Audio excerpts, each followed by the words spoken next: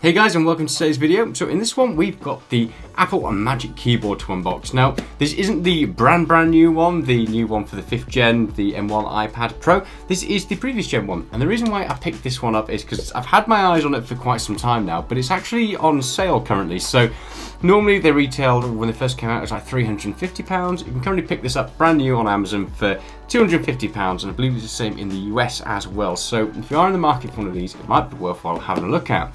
Now, originally I kind of held off because there are reports that these wouldn't work with the new generation of iPads, but they do. It's just a little bit tight. Now, it was a toss-up between this and the new Bridge 12.9 Max Plus keyboard, but I haven't had a chance to play with that yet, so we can see how this performs. We're doing a full review of it later on, and we'll also try and do a comparison compared to the Bridge keyboards. So this is our unboxing and first impressions of this. So let's start it up and have a look. Ooh, it broke. Okay, right, well let's peel in this way.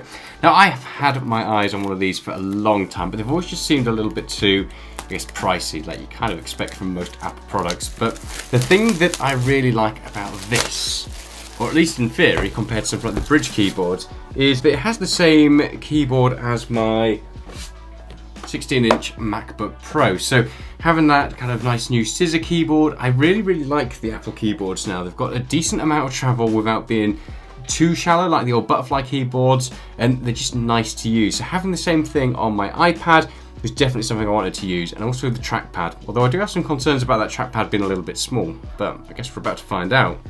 So the old Apple drop.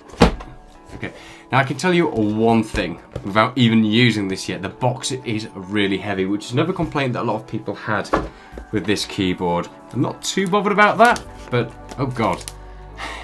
Okay, yeah, that's a very heavy keyboard. So in the box, literally just an empty box. Let's pop it down.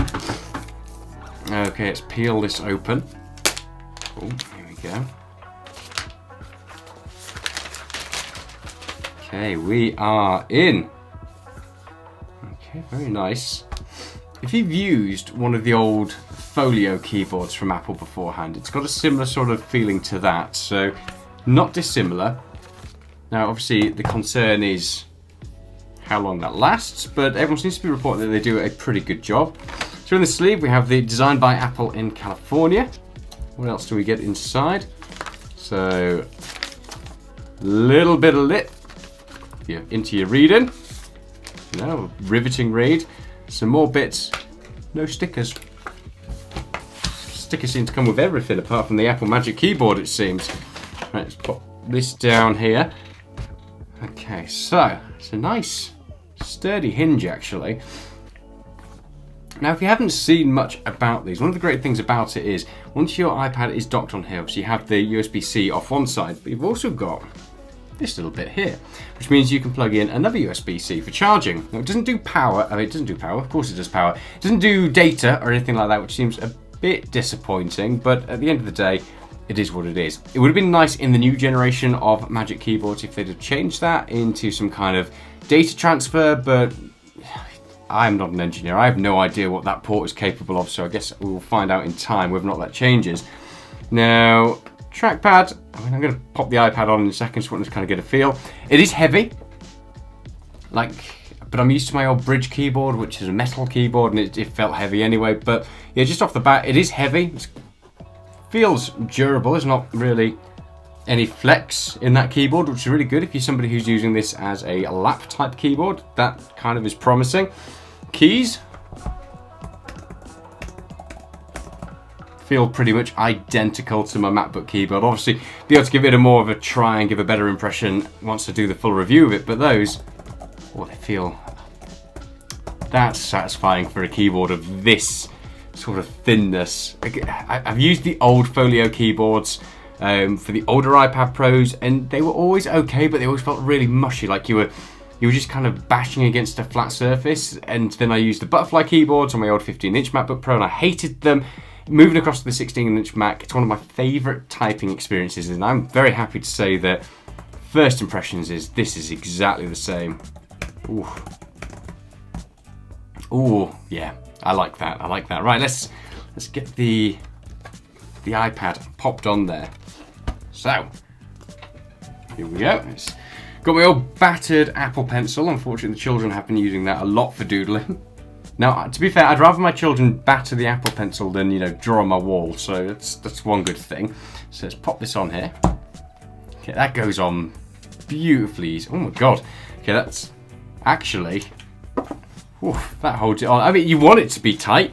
You want it to go on there easily, and you want it to stay on rather than just, you know, pulling off. But that's a solid magnet. I'm impressed. Okay. Now, I'm not overly fond of this hinge. It doesn't go back particularly far, but I think it's more of a getting used to it kind of thing, because actually this bit angles well enough, and that's kind of a perfect viewing experience. Let's pop it open. Trackpad feels as I'd expect. It doesn't feel limiting actually. So my biggest concern with this was this trackpad looked small, and seeing the new Bridge 12.9 Max Plus, which is amazing naming by the way, Bridge. It has a massive, like, full-sized Apple-type trackpad. It looked really, really appealing. So I was really worried about this being just kind of too small. I've used old Surface keyboards beforehand, and on the Surface Pros, they always just felt too small to really kind of navigate around comfortably, but this actually feels all right. It's pretty, I guess, wide, just not particularly tall, but actually there's enough space to navigate my whole screen there, which is good. So then you've got things that you gesture, so you can close things down. So let's pop open, I don't know, settings. And then that closes it. Fair enough. And then obviously you can swipe. Nice. Okay. Feels nice. I assume I can turn on tap to click somewhere. Let's have a look. Trackpad, here we go. So yes, tap to click. Let's turn that on definitely. Okay, that makes it so much nicer. Being able to use tap to click definitely is a much nicer experience. So let's go to... The trackpad is big enough to use. Oh, see, so you've got, obviously, you swipe up to close. You can then navigate up and down as well. You can do your fingers across like that.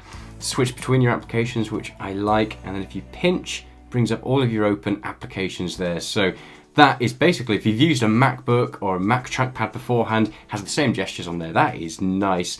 It doesn't feel too cramped, even for things like the pinch, actually, to do all the apps. I mean, it's not the easiest to get it on there. It'll take a little bit of getting used to, but it works pretty much as I'd expect it to, and it's not too hard to pinch. Doing all the gestures on there is easy enough. I'm impressed. Trackpad, not particularly an issue at this stage. So keyboard is, I do love that. Now, let's close it like that. Okay. Yeah, it's heavy, absolutely. There's no getting away from it. It is a heavy, heavy device, but it feels nice. It's quite sturdy. It's definitely durable. It's a shame there's nothing to protect the sides of it, but there was nothing to protect the sides of this with my old Bridge keyboard either. Like I said, I'm already used to the weight of that. Now, opening it, obviously you're not going to be able to do it one-handed, so that's something to bear in mind if you absolutely must be able to do it one-handed, but it's pretty easy to get straight into. Tapping any key by the looks of things just takes you into it as long as Face ID works, so that's nice. And yeah, overall it's a spacious little keyboard, decent amount of key travel, nice typing experience. If you've used one of the modern Macs, then you are pretty much going to get used to this very, very quickly.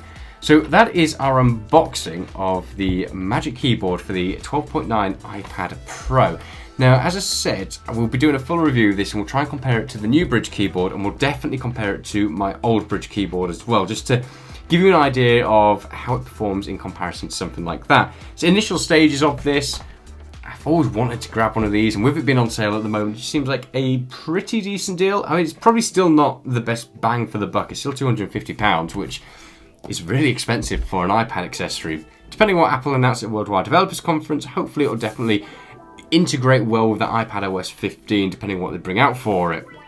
If you've got any questions at all about this keyboard, by all means, pop them down in the comments below, and I'll do my best to answer those as I go forward and give this a full use and just see how it goes. In the meantime, stay safe, and we'll see you soon for some more awesome content. Bye!